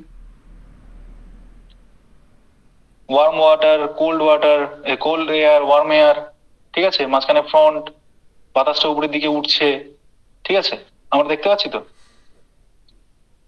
তাহলে ঠিক সেটার সঙ্গে এটা সিমিলারিটি আছে। তাহলে এটা কোন হবে? তাহলে এটা সাইক্লোনিক রেনফল হিসাবে এটা ঠিক। তাহলে এটা আমরা ঠিক জানবো। তারপরে দেখো এইখানে দেখো ব্যারোমিটার। ব্যারোমিটার এই টার্মোলজিটা আমরা কোথায় পড়েছিলাম, এটা কি কাজে ইউজ হয়? রেনফল মেজারমেন্ট করার জন্য ইউজ হয়, টেম্পারেচার মেজারমেন্ট করার জন্য ইউজ হয়, মেজারমেন্ট অফ অ্যাটমসফিয়ারিক প্রেসারের জন্য ইউজ হয়, না measurement of sea level? Sea level measurement করতে কাজে আসে। স্যার অপশন এবার সি। বলো। স্যার বায়ুর চাপ মাপা হয়। বায়ুর চাপ মাপা হয়, ঠিক আছে। টেম্পারেচার মাপার জন্য আমরা কি ইউজ করি বলো তো? থার্মোমিটার। বেশ, খুবই সুন্দর, ঠিক আছে। তাহলে আমাদের অপশন সিটা হচ্ছে অ্যাটমসফিয়ারিক, এটা মাথায় রাখবে, অ্যাটমসফিয়ারিক প্রেসারের ক্ষেত্রে সর্বটা সময় আমরা কি করি না ব্যারোমিটার আমরা ইউজ করি। তাহলে ক্লাসটা করে কি একটু সুবিধা হয়েছে বলে মনে হচ্ছে? বুঝতে পারছো ব্যাপারটা? যে সলভ আউট করতে পারছো? হ্যাঁ স্যার। এবারে বলো, which one of the following features is a result of depositional work of river? এটাও তোমাদের এর সঙ্গে রিলেটেড নয়, আমি যখন পড়াবো তখন হয়তো এগুলো বুঝবে, ঠিক আছে। আচ্ছা, এই কোশ্চেনটা আমরা অ্যাভয়েড করছি। ঠিক তারপরের কোশ্চেন, 11 নম্বর কোশ্চেনে যাই। Which one of the following atmospheric layer help to radio transmission? বলো দেখি বাবা, কোনটা হবে? একে আছে স্ট্র্যাটোস্ফিয়ার, সি এ আছে টপোস্ফিয়ার, বি এ আছে থার্মোস্ফিয়ার এবং ডি এ আছে মেসোস্ফিয়ার। স্যার বি হবে, থার্মোস্ফিয়ার। বি বলছে থার্মোস্ফিয়ার। এছাড়া অন্য কেউ, অন্য কোনো অপশন? ডি বলছো তাই তো? ডি হবে স্যার। ডি হচ্ছে মেসোস্ফিয়ার। বেশ বেশ, আর কেউ কিছু বলতে চাইবে? স্ট্র্যাটোস্ফিয়ার, টপোস্ফিয়ার এখানে কিন্তু ফাঁকা পড়ে আছে, এদেরকে কেউ ভোট দাও। এটা কি এমনি পড়ে থাকবে? তাহলে আর কি কেউ নতুন কোনো পয়েন্ট অ্যাড করতে চাইছো চারটের মধ্যে? বেশ, আমি এবার একটু ডিসক্রাইব করে দিই। দেখো, টপোস্ফিয়ারটা আমরা এই কারণে মনে রাখবো, যেখানে হচ্ছে আমরা কি দেখবো, ঝড় ঝঞ্ঝা, বৃষ্টিপাত বা স্ট্রম, এই যে STROM, স্ট্রম কথাটা যখন থাকবে আমরা বুঝে নেবো যে স্ট্রম বা বৃষ্টিপাত এই সমস্ত যখন কথাগুলো লেখা থাকবে, ক্লাউডিনেস, স্ট্রমস, এগুলো তখন আমরা টপোস্ফিয়ারের দিকে যাব। স্ট্র্যাটোস্ফিয়ারের দিকে কখন যাব না, এরোপ্লেন যখন উঠছে বা ওজোন গ্যাস যখন আছে তখন আমরা স্ট্র্যাটোস্ফিয়ারে যাব, ঠিক আছে। মেসোস্ফিয়ারে কখন যাব? মেসোস্ফিয়ারের কথা তখনই মাথায় রাখবে যখন উল্কার কথা বলা হবে, মেটিওরিস। মেটিওরিস, এই যখন কথাগুলো উঠে আসবে, মেটিওরিস মানে উল্কা উপর থেকে, উল্কার হচ্ছে ইংরেজি প্রতিশব্দ হচ্ছে মেটিওরিস, ঠিক আছে, গ্রহাণুপুঞ্জ, যেটা যেটা আমাদের বায়ুস্তরের সঙ্গে যখন পৃথিবীর বুকে পড়ে, ওই বায়ুর হচ্ছে মানে স্তরটা ভেদ করে ওকে তো নিচের দিকে আসতে হচ্ছে, ওই বায়ুর ঘর্ষণে ওটা জ্বলে যায়, ঠিক আছে, জ্বলে গিয়ে ওটা আছে মানে আগুন ধরে যায় ওই মানে পাথরের মধ্যে, তখন সেটা উল্কাতে পরিণত হয়েছে। এবার সেইটাকে, সেই সমস্ত গ্রহাণুপুঞ্জ যাতে আমাদের পৃথিবীর বুকে না ঢুকে পড়তে পারে তার জন্য কিন্তু আমাদের মেসোস্ফিয়ার সাহায্য করছে। তাহলে পড়ে থাকলো কি আমাদের থার্মোস্ফিয়ার। এখানে দেখো, তোমরা কিছুক্ষণ আগে উত্তর দিলে না যে থার্মোমিটার দ্বারা আমরা কি মেজারমেন্ট করি? সব দেখো টি, থার্মোমিটার, টেম্পারেচার, আবার এখানে থার্মোস্ফিয়ার। তাহলে থার্মো মানে তাহলে কি? সবসময় উষ্ণতাকে ডিনোট করছে, ঠিক আছে। এবার তোমার দুজন হয়তো, তোমরা এখানে যারা আছো তাদের মধ্যে কেউ হয়তো বন্ধু বান্ধবী, কেউ বান্ধবী বান্ধবী বা বন্ধু বন্ধু এরকম থাকো, তোমাদের মধ্যে কি হয়, অনেক সময় ঝগড়াঝাটি হয়, প্রচন্ড ঝগড়াঝাটি হয়। ঝগড়াঝাটি হলে কি পরিস্থিতি সবাই গরম হয়ে গেছে, সেরকম একটা ব্যাপার থাকে তো। তাহলে এখানে যদি উষ্ণতার কথা বলা হয়েছে, তাহলে এখানে কিছু না কিছু একটা ব্যাপার তো অবশ্যই আছে যার জন্য উষ্ণতাটা আমার বেশি আছে, ঠিক আছে। যতগুলো লেয়ার আছে সব থেকে বেশি টেম্পারেচার হচ্ছে আমাদের থার্মোস্ফিয়ারে দেখা যায়। কেন কি না ওইখানে আমাদের অ্যানায়ন ক্যাটায়ন যেগুলো আমরা পড়ি এখানে সবসময় ফিউশন হয়। ফিউশন মানে ভাঙে গড়ে এরকম কাজ চলে। অনেক এই থার্মোস্ফিয়ারের মধ্যে আবার অনেক লেয়ার আছে, ডি লেয়ার আছে, এফ লেয়ার আছে, সেগুলো অনেক কাজ আছে যেগুলো আমরা জানবো না, কিন্তু এখানে সবসময় ফিউশন হচ্ছে। এবার এই ফিউশন হওয়ার কারণে এইখানটার এরিয়াটা সবসময় গরম থাকে। এবং এই যে রেডিও ওয়েভের যে কথাটা বলা হচ্ছে ঠিক এই লেয়ারে গিয়েই ওই কারণে কি হয় যে রেডিওমিটারটা ধাক্কা খায়, ধাক্কা খেয়ে আবার ফিরে আসে। কি বলুন, বোঝা গেছে? তাহলে রেডিও ট্রান্সমিশনের ক্ষেত্রে আমাদের কিন্তু এই থার্মোস্ফিয়ারটাই সব থেকে বেশি ইম্পর্টেন্ট। Is it clear? বোঝা গেছে? হ্যাঁ স্যার। বেশ, তারপরে আমরা প্রশ্নটা অ্যাভয়েড করছি, সেটা তোমাদের রিলেটেড নয়। Living organism including the human society affected the result, এটাও নয়। Wind vane exist for measuring wind velocity temperature. Okay, বলো wind vane. Wind vane is use for measuring. কি মেজার করতে আমাদের উইন্ড ভেনটা ইউজ হয়? বলো তাড়াতাড়ি বলো, যে সমস্ত জিনিসগুলো আছে সেগুলো দেখে বলো। Sir B. উইন্ড, আচ্ছা বি, বির পরে আর কেউ কিছু বলতে চাইবে? মানে এটাকে আন্দাজে বলছো না জেনে বুঝে বলছো? ক্লাস স্যার করে? আন্দাজে বলছি। বেশ, খুবই সুন্দর। এই যে অনেস্টি, এই অনেস্টিটাই চাই, কারণ এটা দরকার। আর বাদ বাকি আর কেউ চেষ্টা করবে? উইন্ড ভেনের কথা বলা হয়েছে। আমরা জানি কি থার্মোমিটার দ্বারা আমরা কি মেজারমেন্ট করি? বলো। তাপমাত্রা। বেশ, থার্মোমিটার দিয়ে যদি আমরা মানে টেম্পারেচার যদি মেজারমেন্ট করি, আর ব্যারোমিটার দিয়ে আমরা কি করি? অ্যাটমসফিয়ারিক প্রেসার মেজারমেন্ট করি, ঠিক আছে? তারপরে একটা জিনিস হয় রেন গেজ। আমি কি বললাম? তারপরে কি হয়? Rain, RAIN, rain gauge, GAUGE লিখে রাখতে পারো বা কিছু মাথায় রাখতে পারো, রেন গেজ। এই রেন গেজের দ্বারা আমরা কি করতে পারি? Measurement amount of rainfall. Amount of rainfall মানে কত পরিমাণে বৃষ্টিপাত হলো সেটা আমরা মেজারমেন্ট করি। আরে স্যার আমাদের তো এখানে তো অ্যামাউন্ট অফ রেনফল কোথায় আছে? নেই তো। আপনি এটা বলছেন কেন? বলছি এই কারণে যাতে তোমাদের এই চারটে জিনিস যেন মাথায় থাকে। এই চারটে জিনিস থেকে তোমাদের সিটেটের প্রশ্ন আসবে, শুধু এটা থেকে নয়, এই চারটে জিনিস থেকে। কি কি বললাম? থার্মোমিটারের সাহায্যে আমরা কি মাপতে পারি? টেম্পারেচার। ব্যারোমিটারের সাহায্যে আমরা মাপতে পারি অ্যাটমসফিয়ারিক প্রেসার। এটা দুটাই খুবই সহজ। আর এই দুটো জিনিসটাকে আমাদের একটু ভালো করে জেনে নিলেই বাস কাজ হয়ে গেল, আমরা কমন পেয়ে যাবো প্রশ্ন। রেন গেজের মাধ্যমে আমরা কি পাবো? অ্যামাউন্ট অফ রেনফল মানে কত পরিমাণে আমার হচ্ছে বৃষ্টিপাত হয়েছে সেটা আমরা মেজারমেন্ট করতে পারবো। আর একটা যেটা জিনিস আছে সেটা হচ্ছে উইন্ড ভেন। এই চারটে জিনিস তোমাদের মাথায় রাখতে হবে। উইন্ড ভেন্টের মাধ্যমে আমরা কি করি না, আমরা উইন্ড ডাইরেকশন মেজারমেন্ট করতে পারি। কি করতে পারি?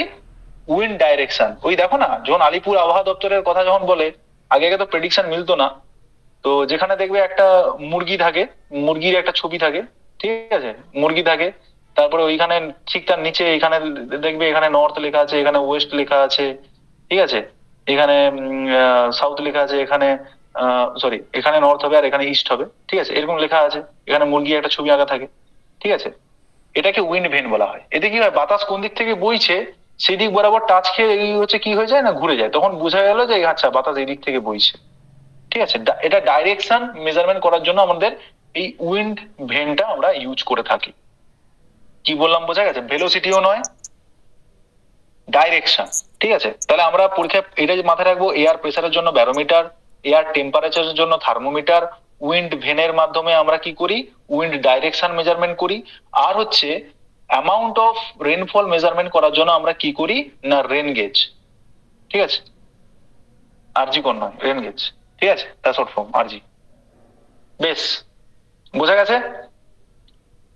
আসো তারপরে একটা প্রশ্ন আলোচনা করি। Which of the following layers of the atmosphere help in the transmission of the radio wave? দেখো আবার প্রশ্ন রিপিট হয়েছে, এটা তো বলতে পারবে আই থিঙ্ক। কোনটা হবে? সবাই একমত?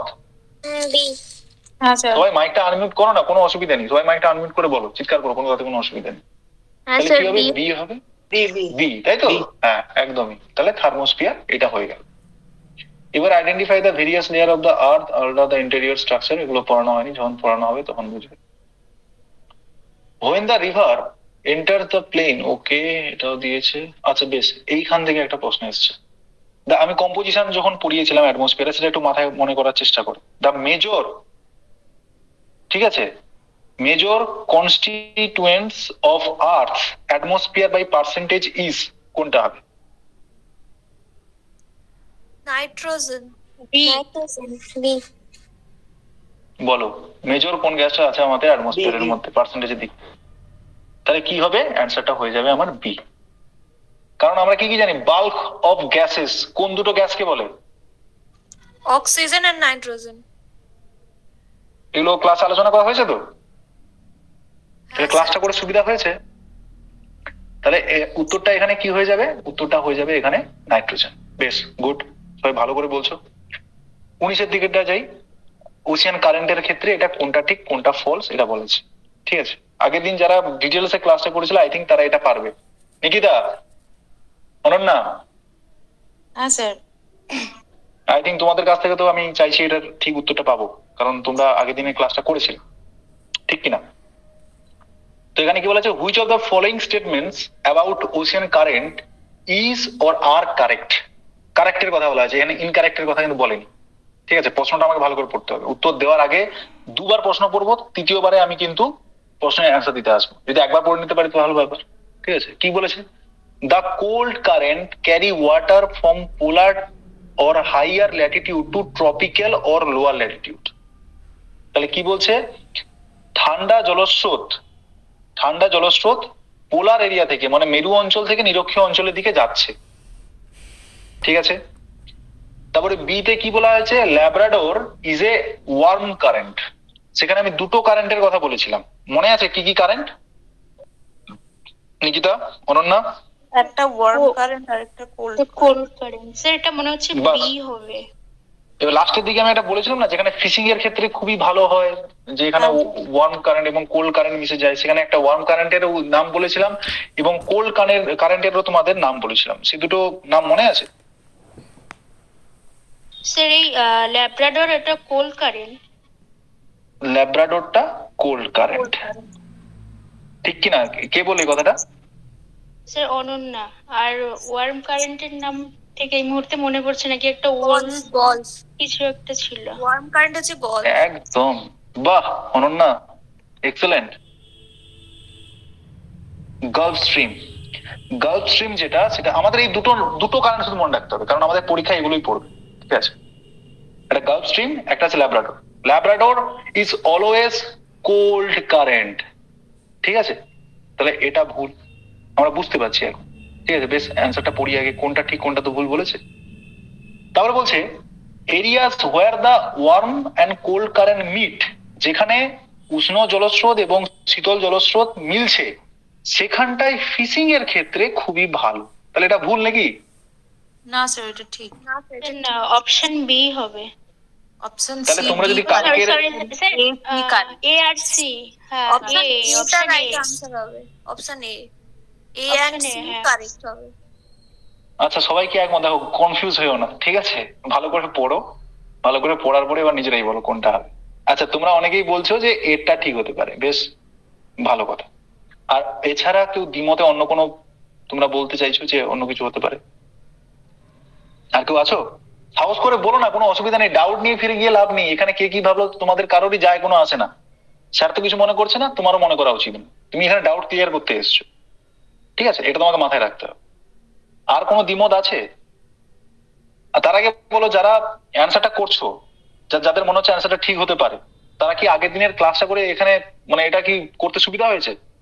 আর যারা হয়তো কালকের ক্লাসটা হয়তো করোনি, তাদের ক্ষেত্রে কতটা সুবিধা হচ্ছে এই অ্যান্সারটা, মানে রাইট বা রং এই জিনিসটা বলতে? এখানে কিন্তু প্রথম যে স্টেটমেন্টটা আছে এটা ঠিক। কেন? এই যে পোলার এরিয়ায়, এই যে পোল মানে কি, এই মেরু অঞ্চল, আর এটা হচ্ছে কি নিরক্ষ অঞ্চল, যেটাকে আমরা ইকুয়েটর বলি ইংরেজিতে, ইকুয়েটর। এটা পোল, এটা পোল, ঠিক আছে? এর মান 90 ডিগ্রি, এর মানও হচ্ছে 90 ডিগ্রি। এটা 90 ডিগ্রি নর্থ, যেহেতু নর্থের দিকে আছে এই দিক বরাবর, আর এটা আছে সাউথের দিকে যেহেতু আছে 90 ডিগ্রি সাউথ, ঠিক আছে? বোঝা গেল? এবারে যেহেতু সূর্যরশ্মি কোথায় ভালো লম্বভাবে কিরণ দেয় বা হিট বেশি হবে? নিরক্ষীয় অঞ্চল। তাহলে উপরের অঞ্চল কি হবে? তির্যক ভাবে কিরণ দিচ্ছে, মানে হয়তো অনেক সময় সূর্যরশ্মির এতটা প্রখরতা থাকে না, তাহলে ওয়েদার কি হবে? ঠান্ডা হবে। ঠিক আছে, যেমন এখন যে শীতকাল, শীতকালে কিন্তু আমাদের থেকে সূর্যটা একটু দূরে চলে গেছে, ঠিক আছে, তার কারণে আমাদের এইরকম ঠান্ডা লাগছে। ব্যাপারটা বুঝতে পেরেছো? মানে তখন হচ্ছে আমাদের বায়ুটায়ুর ক্ষেত্রে পরিবর্তন হয়, সে আলাদা ব্যাপার। তাহলে এরকমই ওদের এখানে কিন্তু সূর্যরশ্মি ভালোভাবে কিরণ দিচ্ছে না, তাহলে এখানে কি হবে? ঠান্ডা হবে। তাহলে এই ঠান্ডা থেকে তাহলে ঠান্ডা জলস্রোতের তৈরি হবে। সে কি করবে? যেখানে উষ্ণ জল আছে, আমি জানি কি যে ঠান্ডা হয়, সে হচ্ছে যে মাথা, যে যার মাথা গরম আছে, সে তার কাছে বোঝাতে যায় যে বাবা না না না, তোরা ঝগড়া করিস না, তোরা দুজনের মধ্যে ঝগড়া করিস না, ব্যাপারটা বোঝার চেষ্টা কর, ভুল টুল এইগুলো একটু বুঝে নে, তোরা মিটমাট করে নে। কারা বোঝায়? যারা অলরেডি আরো উত্তপ্ত থাকে তারা কি বোঝাতে আসে? কখনোই না। যার মাথা ঠান্ডা কুল। আমাদের প্র্যাকটিক্যাল লাইফের সঙ্গে আমরা এগুলো সব রিলেট করবো, কারণ আমাদের হিউম্যান অ্যাক্টিভিটি আমরা যা কিছুই করি না কেন, বাই রিয়েলিটি আমরা নেচারে যা কিছু ঘটছে ঠিক সেম জিনিসটাই আমরা করছি। গাছও একটা সময় ছোট থেকে বড় হয়, আবার কিছু না কিছু সময় তারা পাতা ঝরে যায় বা কিছু হয়। আমাদের মানুষের জীবনে সেরকম লাইফ সাইকেল চলে, ঠিক আছে। সবটাই কিন্তু দেখবে রিলেট, যদি ঠিকভাবে দেখতে পাও সব জিনিসটাই রিলেট হবে। তো এইখানে যে অ্যান্সারটা যেটা হবে, সে অ্যান্সারটা হয়ে যাবে আমার এ এন্ড সি ইজ কারেক্ট। কারণ ওই পোলার এরিয়া থেকে ঠান্ডা ওয়াটারটা তোমার কি করে, এই মেরু অঞ্চলের দিকে যে গরম ওয়াটারটা আছে তার দিকে ছুটে আসে, কারণ জায়গাটাকে ফুলফিল করতে হবে, ঠিক আছে। তাহলে হুইচ, একটা গঙ্গা ব্রহ্মপুত্র তো চলবে না, ডেড সি। বেশ, ডেড সির কথা এসছে কিন্তু দেখো এখানে, swimmers can float in Dead Sea because. Dead সিটা কোথায় দেখতে পাওয়া যায়? আগে আমাকে এটা বলো তো কেউ, ডেড সিটা আমরা কোথায় দেখতে পাই? কোন জায়গায়? ইসরায়েল। ইসরায়েল। হ্যাঁ বলেছিলাম, ইসরায়েলের সঙ্গে এখন কার যুদ্ধ চলছে? প্যালেস্টাইন। একদম ঠিক আছে, এটা মনে রাখার জন্য। এমনি যুদ্ধ নিয়ে এত মাথা খারাপ করার দরকার নেই, সেটা আমাদের দেশের রাজ্যের যারা নেতা নেত্রী আছে তারা বুঝবে। এবার এটা বলো, এর অ্যান্সারটা কি হবে? Sir option C. সি হবে। অপশন সি, বাহ আগুন হয়েছে সবাই। অপশন সি, আচ্ছা কেন সি হলো? কেউ একজন বলো কেন সি হলো? ডেড সিতে লবণের পরিমাণ বেশি, ওই লবণ থাকার কারণে জলের ঘনত্ব বেড়ে যায়। হ্যাঁ, তার কারণে কি হয়? তার কারণে যে তার কোনো কারণে? জিনিস ডুবে না, ভেসে যায়। সেই কারণে হচ্ছে সুইমাররা কি হচ্ছে ওখানে ভাসতে পারে, ঠিক আছে। একদম ঠিক, তোমরা যাই বলছো একদমই ঠিক বলছো। এরপর আমরা তারপরে কোশ্চেনে যাচ্ছি। ভালো লাগছে তো না বোরিং লাগছে বলো? না স্যার, 22 নম্বরে কোশ্চেন। বেশ বেশ, এবার দেখো পার্মানেন্ট উইন্ডের ক্ষেত্রে এসেছি। এবার উইন্ড থেকে কোশ্চেন আসছে। উইন্ডে কি বলছে না, A and B permanent wind, consider statement A and B on a permanent wind. মানে পার্মানেন্ট উইন্ডের ক্ষেত্রে দুটো স্টেটমেন্ট তোমাকে পড়তে বলা হচ্ছে, কোনটা কারেক্ট অপশন তোমাকে সেখান থেকে বাঁচতে হবে। দিস উইন্ড, পার্মানেন্ট যে উইন্ড, পার্মানেন্ট মানে বুঝতে পেরেছো তো, যে পার্মানেন্টলি থাকছে, তুমি সেরকম একটা জিনিসটা ভাবো। তাহলে উইন্ড, যে উইন্ড হচ্ছে পার্মানেন্টলি থাকবে। This wind blow constantly through the year in a particular direction. প্রতি বছর একটা পার্টিকুলার ডাইরেকশনে সেটা মুভমেন্ট।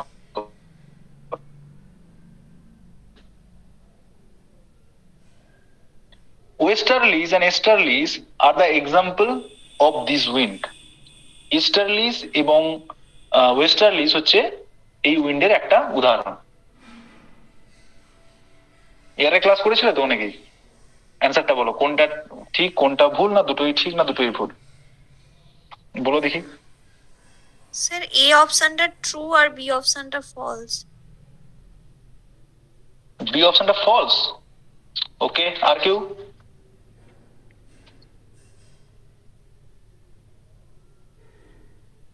আর কেউ কিছু বলতে চাইবে? আরে সাহস করে বলো না, কি আছে, বাঘ ভালুক নেই এখানে, কেউ খেয়ে নেবে না। ভুল হবে তো হবে, তো কি আছে।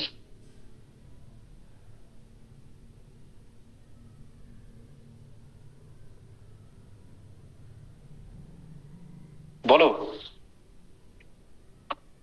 আচ্ছা বেশ, যখন বলছো না তোমাদের একটু দেখিয়ে নি, অনেকে হয়তো ক্লাসগুলো করোনি বা ছিলে না এই সময়। এখানে কি লিখেছি, এই যে হ্যাঁ পার্মানেন্ট উইন্ড। এই দেখো পার্মানেন্ট উইন্ডের মধ্যে এখানে কি কি বলা হচ্ছে, ট্রেড উইন্ড, ওয়েস্টার্লিস, ইস্টার্লিস। তাহলে নিচের স্টেটমেন্টটা ট্রু না ফলস?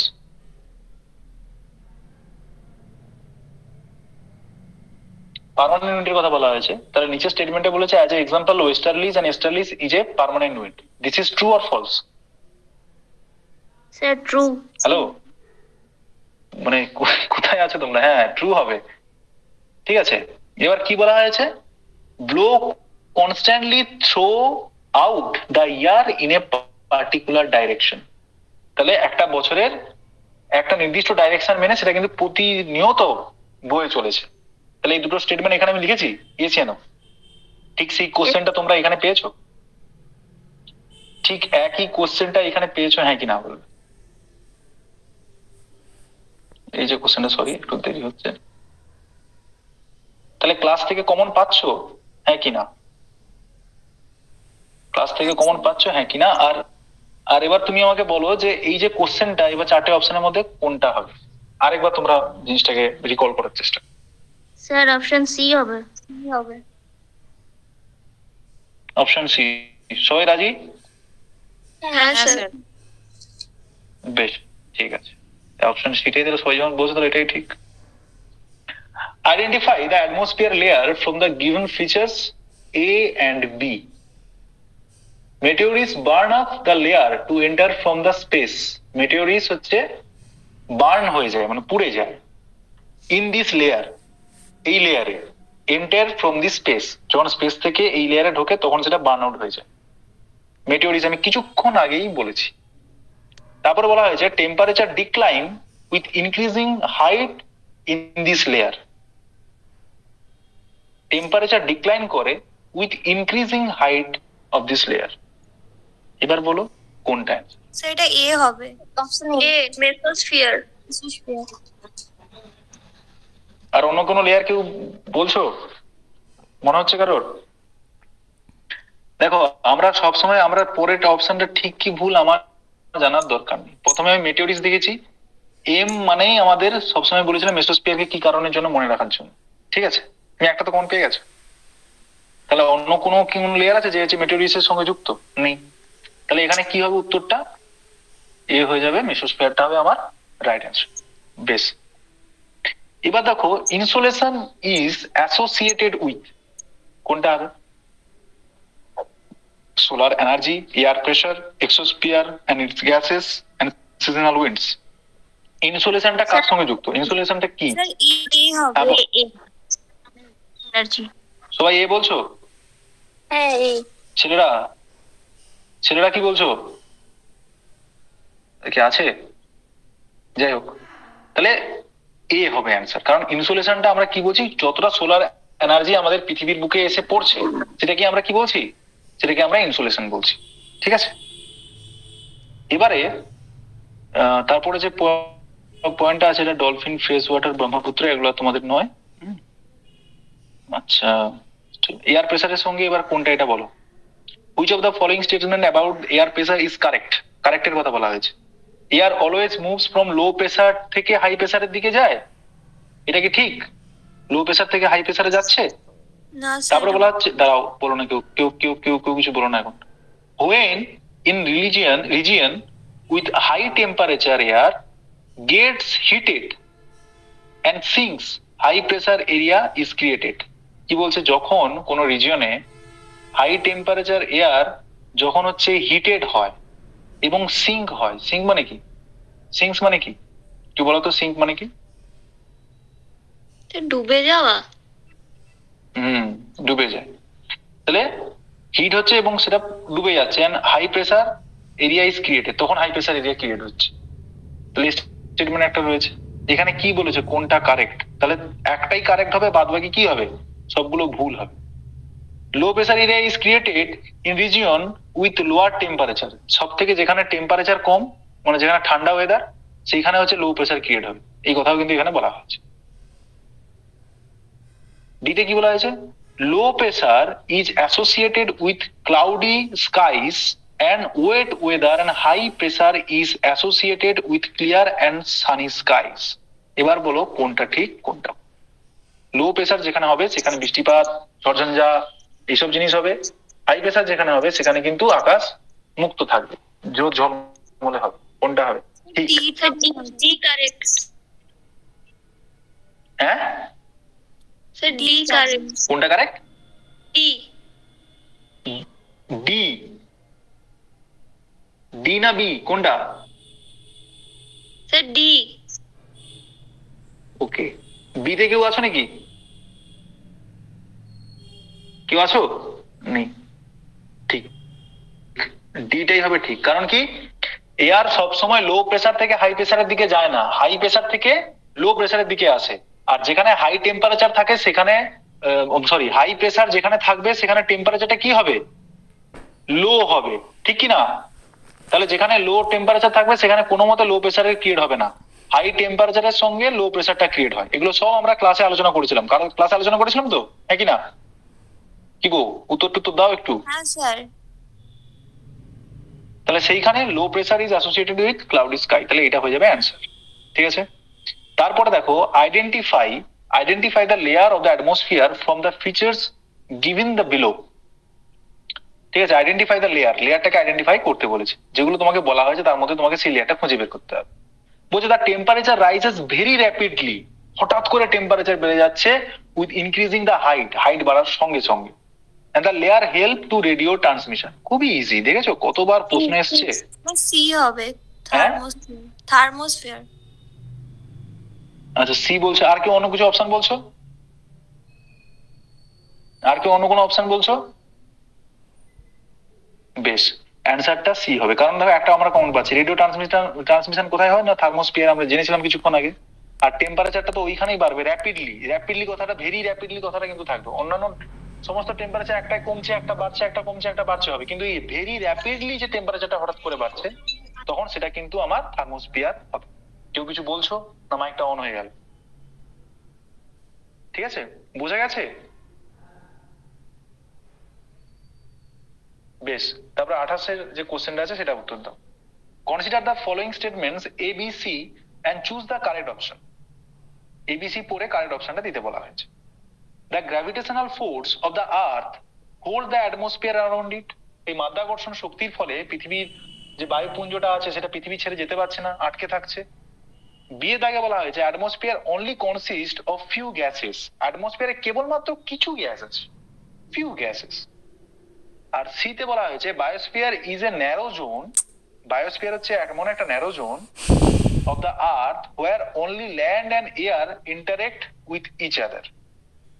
বায়োস্ফিয়ারটা সম্বন্ধে তোমাদের আইডিয়া নেই। লিথোস্ফিয়ার আছে, বায়োস্ফিয়ার আছে, হাইড্রোস্ফিয়ার আছে।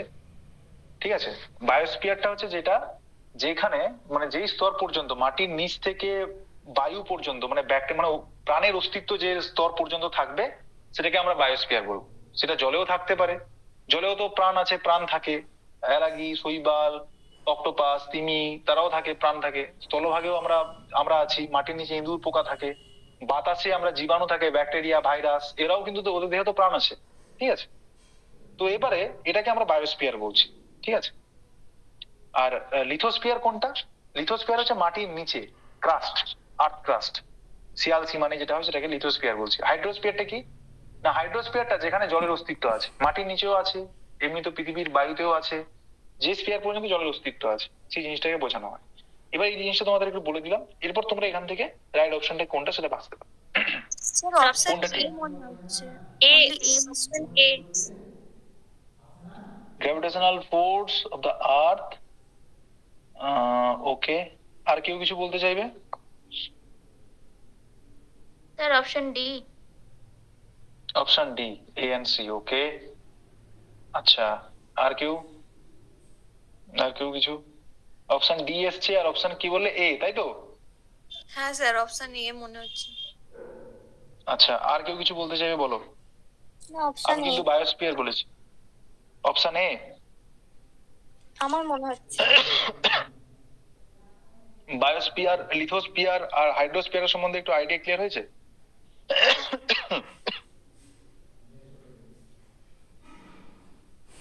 বলো। স্যার অপশন বিটা একটু বুঝিয়ে দেবেন। অপশন বিটা বলছে atmosphere only consist of few gases. বায়ুমণ্ডলে কেবলমাত্র কিছু গ্যাস আছে। ঠিক আছে, এটা তোমার এখানে গুণাগুন্তি যে গ্যাসগুলো আছে সেগুলোকেই বোঝাচ্ছে, মানে হাতে গোনা যায়। হ্যাঁ হ্যাঁ, হাতে গোনা গ্যাস, হাতে গোনা গ্যাস।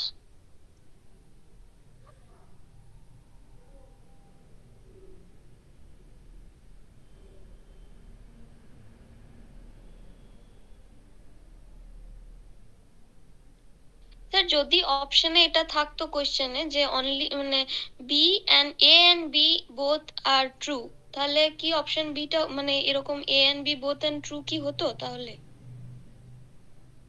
আচ্ছা, তুমি বিটাকে নিতে চাইছো তাই তো? হ্যাঁ দেখো আমি এবার বলছি, তিনটে স্টেটমেন্টের মধ্যে এ আর সি কে বলেছিল, ডিটা কে বলেছিল? আমি নাম কি আমি দেখতে পাচ্ছি না তাই জিজ্ঞেস করছি, বলো। শৈবা শৈবা শৈবা। বেশ, শৈবা যেটা বলেছো অনেকটাই তুমি হয়তো পড়েছো বা কিছু, বায়োস্ফিয়ারকে ন্যারোজোন বলে, এটা ঠিক। বায়োস্ফিয়ারটা ন্যারোজোন, এবং যেখানে অনলিটা নয়, এই অনলি জিনিসটা থেকে ভুল হতে আরম্ভ করে দিয়েছে। অনলি ল্যান্ড আর এয়ার ইন্টারেক্ট করে তা নয়, বায়োস্ফিয়ারটা এমন, যেখানে আমি কি বলেছি, বায়োস্ফিয়ারটা যে বায়োস্ফিয়ারে আমরা যেখানে কি দেখবো না, জীবের অস্তিত্ব লক্ষ্য করতে পারবো, তাহলে আমরা কেবলমাত্র কি ল্যান্ডে আর এয়ারের মধ্যে জীবের অস্তিত্ব লক্ষ্য করতে পারি? আর কোথায় লক্ষ্য করতে পারি? ওয়াটারে তো লক্ষ্য করতে পারি নাকি? এসিয়ানো শৈবা? হ্যাঁ স্যার। তাহলে সেই জায়গায় আমাদের এখানে তিনটে দরকার, কিন্তু এটা তোমরা সবাই জানবে, biosphere is a narrow zone. এটা কিন্তু ন্যারো জোনই হিসেবে বলা হয়, কারণ অন্যান্য যে স্পিয়ার গুলো আছে, যে প্রাণের অস্তিত্ব ঠিক কিছুটা লেয়ার পর্যন্ত আমরা দেখতে পাই, ঠিক আছে? তো সেই জায়গায় বায়োস্ফিয়ার কিন্তু ন্যারো জোন, যেখানে এটা তোমাদের আমি মানে এই ক্লাসটা হয়তো আগে নিলে ভালো হতো, এটা তোমাদের আগে এখান থেকে তোমাদের কোশ্চেন আসবে, হাইড্রোস্ফিয়ার বায়োস্ফিয়ার এগুলো তোমাদের ডিটেলস যখন আমি আলোচনা করবো ক্লাসগুলোতে, সেই সমস্ত ক্লাসগুলো তোমাদের আরো প্রোভাইড করা হবে, সেখান থেকে তোমরা কমন পেয়ে যাবে, ঠিক আছে? তখন আর এই অসুবিধাটা হবে না, ডাউটটা হবে। তো অ্যাটমসফিয়ারটা কনসিস্ট অফ ফিউ গ্যাসেস তো হবে না, মানে কিছু তো গ্যাস থাকে না, অনেকগুলো গ্যাস। ফিউ গ্যাসেস কথাটা একদম ভুল, অনলি কথা বলা হয়েছে, তাহলে এই স্টেটমেন্টটা ভুল। আর এটা তো অবশ্যই ঠিক যে অ্যাটমসফিয়ার কি করে না, গ্র্যাভিটেশনাল ফোর্সের কারণে এই আমাদের অ্যাটমসফিয়ারটা কি হচ্ছে, আমাদের চারিদিকে অ্যারাউন্ড করে রয়েছে, তাহলে এটা ঠিক। আর বিট তাহলে সিটটা ভুল হচ্ছে কেন না, biosphere is a narrow zone, সবাই জানে, যখন যে প্রশ্ন করছে সে জানে বায়োস্ফিয়ার ন্যারো জোন হিসেবে সবাই দেখবে, পরে স্টেটমেন্ট পড়বে না, আরামসে ভুল করবে, সেই কারণে তোমাদের ডিসকোয়ালিফাইড করার জন্য সে প্রশ্ন করতে রেডি, বুঝতে পেরেছো?